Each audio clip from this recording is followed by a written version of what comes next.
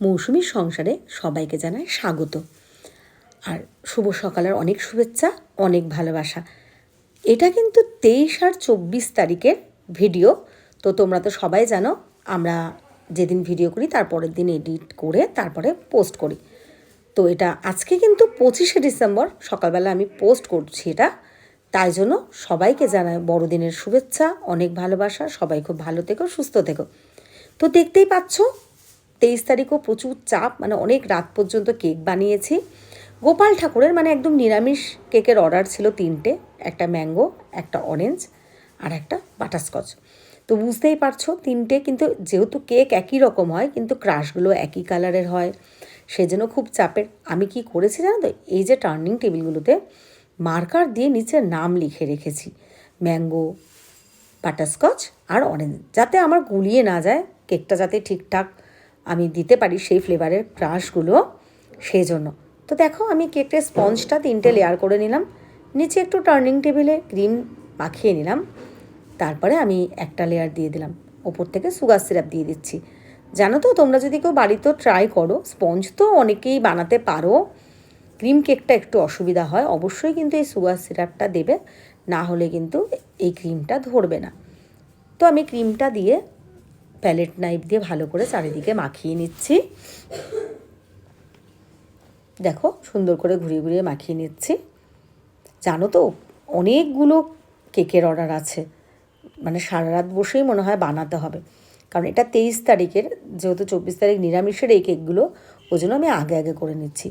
তো দেখো আমি লেয়ারগুলো একটা একটা করে 3টে সাজিয়ে নিলাম, আর মাঝের যে 2টো লেয়ার তাতে কিন্তু ক্রাশ দেওয়া যাবে, কিন্তু ওপরের যে লেয়ারটা সেটাতে ভালো করে সুগার সিরাপ দিয়ে শুধু ক্রিম দিয়ে কোটিং করে নিতে হবে। এটার সাথে কিন্তু ক্রাশ দিলে ঠিকঠাক কেকটা আসবে না। তো যাই হোক, এটাকে কিন্তু ফার্স্ট কোটিং বলে। আর ফার্স্ট কোটিং দেওয়ার পরে ফ্রিজে কিন্তু কেকটা 20 মিনিট তো রাখবেই, যদি বেশি পারো 45 মিনিট, আধ ঘন্টা, মানে যতক্ষণ রাখবে তাহলে কিন্তু খুব ভালো হবে, মানে এই যে ক্রিমটা না পুরো বসে যাবে স্পঞ্জের সাথে। তো আমি ফ্রিজে রেখে দিয়েছিলাম, এবার এটাকে নামিয়ে নিলাম। এরপর হচ্ছে সেকেন্ড কোটিং। তো দেখো সেকেন্ড কোটিং দিচ্ছি সুন্দর করে, দেখতেই পাচ্ছ, এটাকে ভালো করে ঘুরিয়ে ঘুরিয়ে ফিনিশিং দেবো যাতে উপরের সেটটা সুন্দর আসে। তো ওইগুলো তো নিরামিষ, আমি একদিক থেকে সুন্দর করে গুছিয়ে টেবিলের ওপর করতে থাকছি, আর এইগুলো কিন্তু আলাদা জায়গায় সম্পূর্ণভাবে, কেন না হলে দিতে পারবো না প্রচুর কেক। তো দেখো এখানটা আমি ডিমগুলো দিয়ে নিলাম, তারপরে আমি স্প্যাচুলাটা দিয়ে ভালো করে মাখিয়ে নিচ্ছি। আর হ্যাঁ, অবশ্যই মৌসুমি রান্নাঘরে যদি কোনো সময় পোস্ট করি তাহলে সেগুলো পুরো ডিটেলস দেবো, যেহেতু এটা আমার ব্লগ, পুরো ডিটেলস দিচ্ছি না, অনেক বড় ভিডিও হয়ে যাবে। তো দেখো এরপরে আমি ময়দাগুলো দিয়ে নিলাম। হ্যাঁ, এর সাথে কিন্তু ময়দা, চিনি আমি সব একসাথে মিশিয়ে গুছিয়ে নিয়েছি। তোমরা দেখতে থাকো না, বুঝতেই পারবে যে কত কেক হবে। তো দেখো এরপর আমি ভেতরে দিয়ে নিচ্ছি কিশমিশ। আর হ্যাঁ, ওটা দেখতেই পাচ্ছ যে বিট করছি, সেটা ভালো করে কিন্তু ডিমটা বিট করবে, যতক্ষণ না মানে ওটা পুরো ঘন হয়ে যাবে, আর দেখবে একটা গন্ধ বেরায় ডিমের, সেটাও বেরোবে না।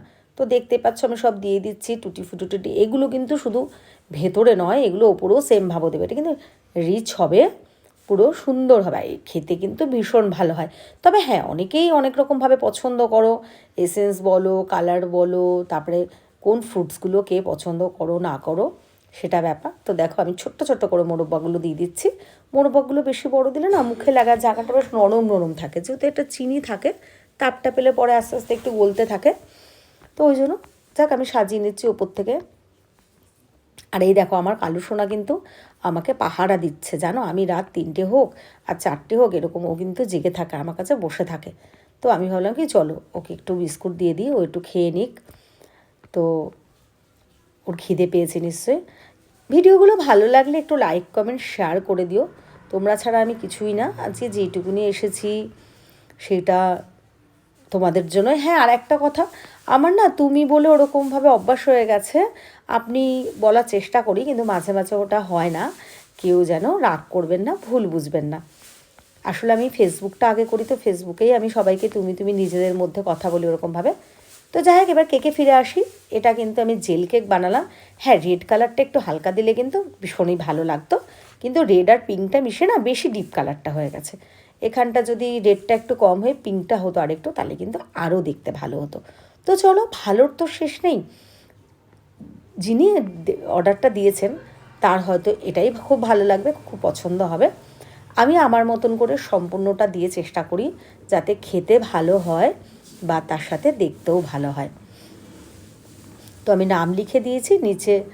এটা কিন্তু আমি কোনো নজেল দিইনি, এটা আমি পাইপিং ব্যাগটা ছোট্ট একটা ছিদ্র করে তার উপর সাজিয়ে নিলাম। এই দেখো, এইগুলো কেকগুলো এবার সম্পূর্ণ রেডি হয়ে গেছে। 3টে কেক 3 রকমভাবে সাজিয়ে তোলার চেষ্টা করেছি। তো অবশ্যই কমেন্ট করে জানাবে যে কোন কেকটা বেশি ভালো লেগেছে, মাঝেরটা, হলুদটা, না এই পাশের জেল কেকটা। তো আমি দেখালাম 3টে কেকই রেডি হয়ে গেছে। আমার কিন্তু ভীষণ ভালো লেগেছে, কেকগুলো করতে আমি স্যাটিসফাইড। আর একটা কথা, কেকগুলো খেতে অবশ্যই ভালো হবে, আমার পুরো বিশ্বাস আছে খেতে ভালো হবে। আমি যতদিনই কেকের অর্ডার নিয়েছি, বানিয়েছি, সবাই বলেন যে হ্যাঁ কেকগুলো খেতে খুব ভালো হয়। আর এত কষ্ট করে বানানোর পরে সবাই যখন বলে না কেকগুলো ভীষণ ভালো হয়েছে খেতে, তখন আর সেই কষ্টটা মনে হয় না। হ্যাঁ, পারিশ্রমিক নিলেই সেটা নয়, যখন এটা সব থেকে পাওয়া বা পারিশ্রমিকের যে ব্যাপারটা, যে ভালো হয়েছে খেতে, সেটা বলে খুব ভালো হয়। তো দেখো, এবার এটা কিন্তু 24 তারিখের ভিডিও।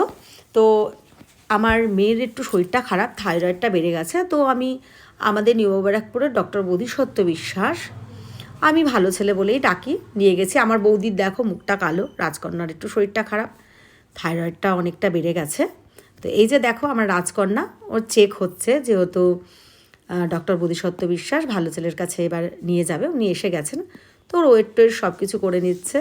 এইবার এইখানেও আমাকে, আর তোমাদের অনেক কথাই বলেছে, কিন্তু এত চারিদিকে আওয়াজ, আর বৌদিও ওর সাথে ইয়ার্কি মারছে, খ্যাপাচ্ছে। তো ওই জন্য ওগুলোকে মিউট করে দিচ্ছি একটানা, তাহলে ভয়েস দিতেও আমার সুবিধা হবে। তো যাই হোক, ও তোমাদেরকে সবাইকে বলছে ভালো থেকো, বড়দিনের আগাম শুভেচ্ছা, এসব বকবক করছে। এবার বাই বলে দিল। তো চলো, এবার আমি ডক্টরটা দেখে বৌদি নিয়ে চলে গেল ওকে বিশ্বপাড়া বাপের বাড়ি। আমি নিবার পর বাড়ি ফিরে আসলাম। এই যে আমার বান্ধবী যে কেকের অর্ডারগুলো দিয়েছে, হ্যাঁ এগুলো কেন দিয়েছে, কাদের জন্য দিয়েছে, অবশ্যই পরের ভিডিওতে শেয়ার করব।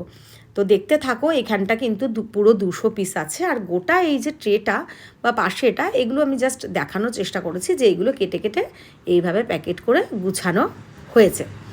তো আমারও পুরো বিশ্বাস কেকগুলো খেতে খুব ভালো হবে, আর আমি পুরো চেষ্টা করেছি আমার সবটুকু দিয়ে।